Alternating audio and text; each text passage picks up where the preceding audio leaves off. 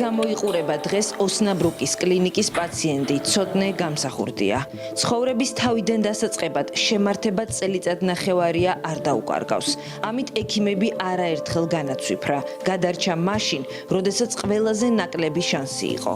საქართველოს პირველი პრეზიდენტის ვაჟი არ დაღლილა. დღემდე იბრძვის იმ საუკეთესო შედეგისთვის, რომელსაც ჯგუფურად განზრახ მკვლელობის მცდელობის დროს თავის არეში მიღებული უმძიმესი დაზიანებების შემდეგ შეიძლება მიაღწიოს.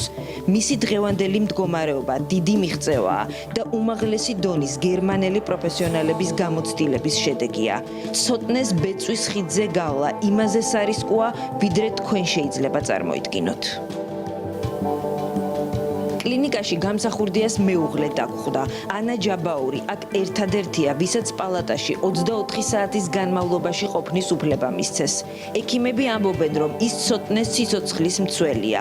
ანა უვლის ამხნევებს პროფესიით ექიმი აქტიურად მონაწილეობს რეაბილიტაციის პროცესში.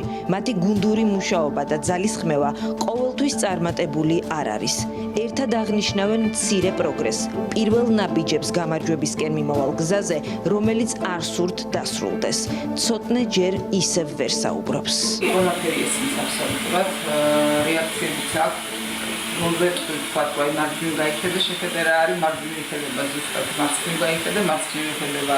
თქვათ ეს ხელი გამოსწიე, ან ხელი ხელს მოკიდე, შენ ხელს მიადე, ყველაფერს აკეთებს. ანუ ყველაფერი ესმის, უბრალოდ რაც იყო ამ გართულებამდე, ჯერ იმ დონემდე ვერ მივედით, მაშინ გაცილებით უფრო კარგი დონეზე ვიყავით, ლაპარაკობდა და ნელ-ნელა აუცილებლად მივიღოთ იმ დონეზე. ეს ახალგაზრდებულია ცოტნე, ცოტა გაბროებულია, მაგრამ მაინც გათვალიერებს. რამდენიმე თვე დასჭირდება, ვიდრე ცოტნე პირველი სიტყვის თქმას შეძლებს და მარტის მდგომარეობას დაუბრუნდება.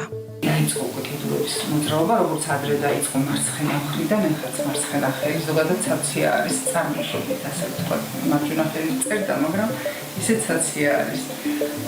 ამიტომ მარცხენა ხელიდან დაიწყო ადრეც, მარცხენა ხელი, მარცხენა ფეხი, მერე მარჯვენაზე გადავიდა. ეხლაც ეგრეა, მარცხენა ხელდაფეხს ამოძრავებს და მარჯვენა ხელზე გადავიდა.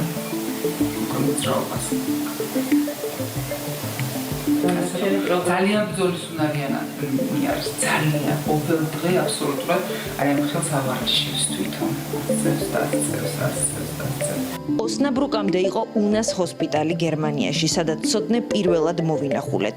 უკვე წინადადებების აწყობა ჰქონდა დაწყებული და ფილმებს უყურებდა, თუმცა მდგომარეობა უეცრად რეგრესისკენ წავიდა და მისი სპეციალიზირებულ ცენტრში გადაყვანა გახდა საჭირო. 30-მდე კლინიკამ ავადმყოფის მიღებაზე უარი თქვა. რომ არა ქართველი წარმოშობის ექიმის დახმარება, ცოტნე დღეს შეიძლება ცოცხალიც აღარ ყოფილიყო. შემთხვევით წავაწყდი ადამიანს გვარად გორჯი, რომელიც იყო ამ სპეციალიზებული ცენტრის დირექტორი. მე მახსოვდა, რომ გორჯი ირანულად ნიშნავს ქართველს და მივხვდი, რომ ეს შესაძლოა ყოფილიყო ქართული წარმოშობის ირანელი.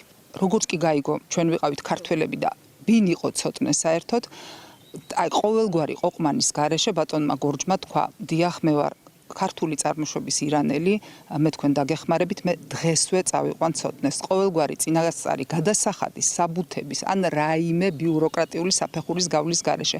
რამდენიმე საათში მან მანქანა გამოგვიგზავნა, გადმოგვიყვანა ცენტრში, რომელსაც თვითონ კურირებს. ოსნაბრუკში ცოტნეს ორჯერ დასჭირდა დაცვითი ნარკოზი. ექიმებმა კრიზისული მდგომარეობიდან მისი გამოყვანა შეძლეს. ჩვენ კურნალ ექიმსაც ვესაუბრეთ. ცოტნესთვის მნიშვნელოვანია აქაც და თბილისშიც იმ ადამიანის გვერდში დგომა, ვისაც ის ენდობა და უყვარს. კომუნიკაციის პროცესში ანა დაეხმარა პაციენტსაც და ჩვენც. მიუხედავად იმისა, რომ ის რამდენიმე ენას ფლობდა, დაზიანების გამო მხოლოდ მშობლიური ენა ისმის. მეუღლემ ექიმებთან ერთად ცოტნეს თბილისში დაბრუნების გადაწყვეტილება მიიღო. ახლა მას მკურნალობასთან ერთად ოჯახური გარემო და სიმშვიდე სჭირდება. ის რომ ქართულ გარემოში იქნება, ის რომ თავის ნაცნობ გარემოში იქნება, ეს იქნება ძალიან დიდი ნახტომი მისი ჯანმრთელობისთვის. გვეუბნებიან, რომ აუცილებლად მოუხდება და თქვენ იგრძნობთ, რომ სახლში დაბრუნება მას ძალიან მოუხდება თავის გარემოში. თბილისის რეისისთვის მზადება წყვილმა ადრე დაიწყო. წავედით თბილისში?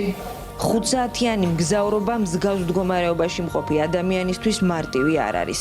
ცოტნესთან ერთად ოსნებრუკის დატოვებამდე ჩვენც ვიყავით. გამოვაცილეთ და ვუსურვეთ, რომ მას ევროპაში სამკურნალოდ წამოსვლა აღარასდროს დასჭირდეს. ოსნებრუკში გადარჩენით თბილისში ახალი ეტაპი იწყება. ცოტნესთვისაც და მისი ერთადერთი ანასთვის.